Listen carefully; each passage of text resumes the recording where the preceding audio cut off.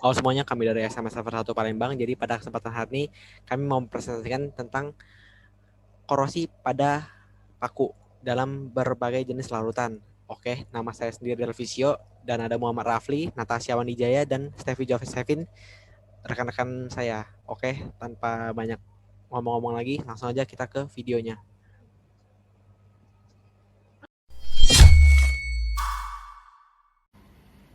Oke, mari kita lanjut ke pokok bahasan. Pada pokok bahasan terdiri dari tujuan percobaan, landasan teori, alat dan bahan, langkah kerja, hasil pengamatan, pembahasan, dan juga kesimpulan. Tujuan dari percobaan kami ini adalah untuk mengetahui faktor-faktor yang mempengaruhi korosi pada paku besi tersebut.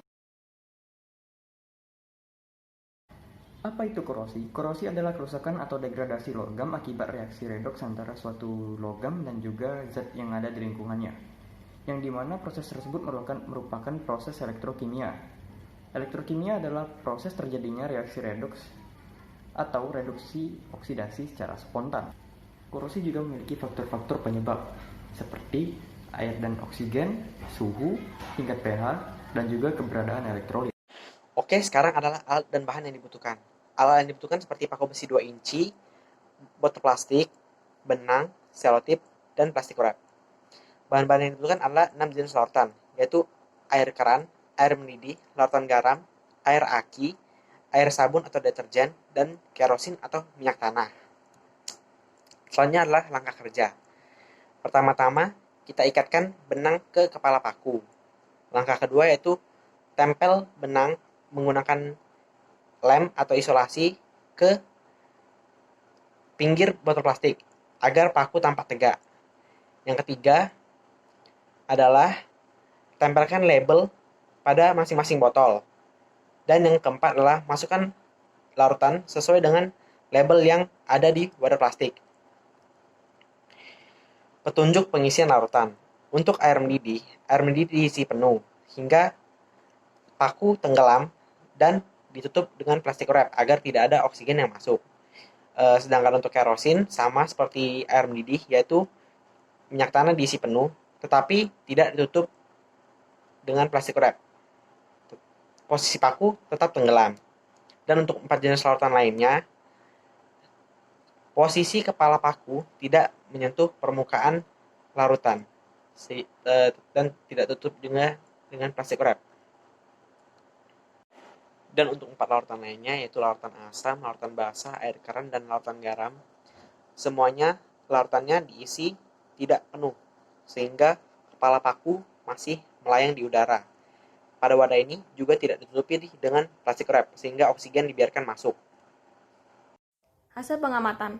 Berikut ini merupakan tabel hasil pengamatan. Perkaratan paku dalam air keran. Hari ke-0, paku dalam keadaan mengkilat.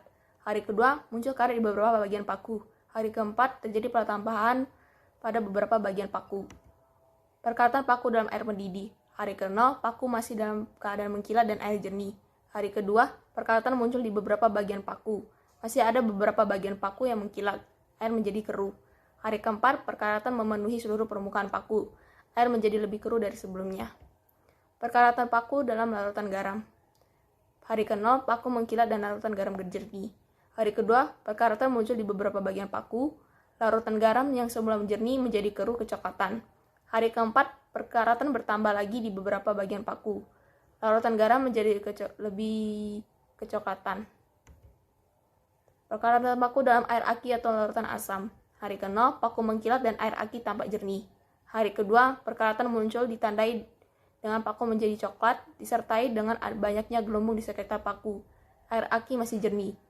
Hari keempat, perkaratan bertambah sehingga paku menjadi coklat kehitaman. Air aki berubah warna menjadi kecoklatan. Perkaratan paku dalam deterjen atau larutan basah. Hari ke-0, paku mengkilat dan deterjen tampak keruh keputihan. Hari kedua, muncul endapan karat di atas permukaan air sabun yang berarti paku ini mengalami korosi. Air tersebut tetap berwarna keruh keputihan. Hari keempat, endapan karat semakin banyak dan korosi pada paku bertambah. Hanya di beberapa bagian saja.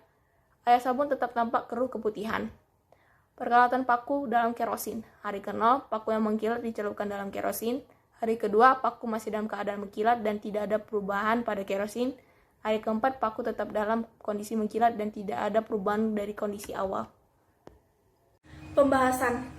Dari pengamatan yang telah dilakukan untuk mengetahui perkaratan di berbagai larutan, dapat dilihat bahwa perkaratan pada paku besi terjadi pada larutan yang mengalami kontak langsung dengan air dan oksigen, sedangkan paku besi yang dicelupkan dalam kerosin tidak mengalami perkaratan. Dapat dibuat perbandingan laju korosi di mana laju korosi paku besi dalam air keran lebih lambat daripada laju korosi paku besi dalam air mendidih. Dalam air keran, adanya oksigen yang terlarut sehingga memicu korosi pada paku, sedangkan dalam air mendidih, oksigen berkurang karena proses pendidihan dan dalam keadaan kedap udara. Namun karena suhu yang tinggi, laju korosi menjadi lebih cepat. Lalu selanjutnya, kita akan membahas korosi paku besi dalam larutan asam lebih cepat daripada laju korosi paku besi dalam larutan basah. Hal ini karena dalam larutan asam adanya reaksi reduksi tambahan, yaitu reaksi reduksi H+ pada katode. Lalu kita akan membahas korosi paku besi dalam larutan elektrolit dan kerosin. Dalam larutan elektrolit yang digunakan misalnya garam, laju korosi akan lebih cepat karena keberadaan elektron bebas yang terlepas dari reaksi oksidasi di anode akan dibawa oleh ion-ion elektrolit menuju katode yang menambah reaksi reduksi tambahan. Selanjutnya, korosi pada paku besi dalam kerosin. Paku besi yang berada dalam kerosin tidak mengalami korosi. Kerosin tidak mengandung oksigen dan tidak dapat berikatan dengan oksigen bebas di udara, sehingga paku dalam keadaan bebas oksigen dan tidak mengalami korosi. Lalu kita akan menyimpulkan, yang pertama korosi terjadi apabila paku memiliki kontak langsung terhadap oksigen dan air. Hal ini disebabkan karena besi yang terkontaminasi oleh air menyebabkan terjadinya oksidasi sehingga paku timbul karat. Apabila besi tidak mengalami kontak langsung dengan air dan oksigen, karat tidak akan muncul. Yang kedua, tingkat pH mempengaruhi laju korosi. Pada besi dalam suasana asam, reaksi korosi lebih cepat terjadi, sedangkan dalam pH antara 7-13, reaksi korosi lebih lambat. Lalu yang ketiga, suhu yang tinggi akan mempercepat terbentuknya korosi. Lalu yang keempat, larutan elektrolit akan mempercepat terjadinya korosi. Oke semuanya, terima kasih udah nonton video ini. Semoga videonya bermanfaat bagi kalian. Jangan lupa untuk dukung channel kami. Oke guys, thank you guys for watching this video and I will see you guys in the next one. Bye-bye.